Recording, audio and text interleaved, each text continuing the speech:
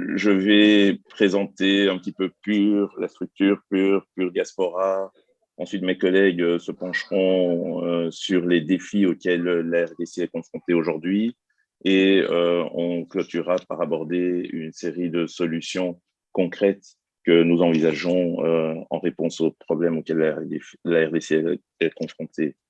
Je vous propose donc de commencer sans plus tarder par la présentation du PUR. Alors, le PUR, le Parti d'Union républicaine, est un parti politique congolais qui évolue en RDC depuis 3 ans. Le parti compte plus ou moins 3000 adhérents au pays et est présent dans toutes les provinces de la République. Après les élections internes de décembre 2020, nous avons élu notre président national actuel, M. Luc Gérard Niaffé, pour un mandat de 5 ans, renouvelable une fois. Ensuite, il cédera la place à un autre représentant, conformément à nos statuts. On n'est donc pas un parti qui s'appuie sur le culte de la personnalité, mais on est résolument un parti qui veut se construire sur base d'idées et de plans d'action. Slide suivante. Alors, au niveau des valeurs du PUR, nous en avons 12.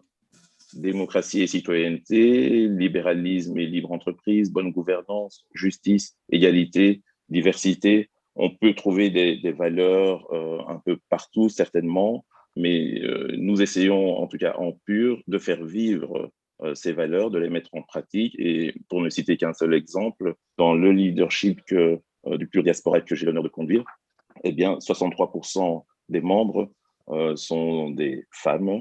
Donc en termes de diversité et d'égalité de chance ou d'opportunités, eh bien, nous les mettons en valeur, nous les mettons en œuvre de manière très concrète jusque ici en diaspora. La slide suivante. Au niveau des ambitions du PUR, nous en avons 15 qui se regroupent sur des thèmes tels que l'économie, la nationalité, l'éducation, la défense, les infrastructures. Et pour entrer un peu plus en détail de ces ambitions, eh bien, nous prendrons aujourd'hui même, au cours de cette session, dans les minutes qui viennent, l'exemple des infrastructures et le besoin de connecter le pays, ou encore l'exemple de l'éducation. Et vous verrez de manière très concrète comment nous abordons ces questions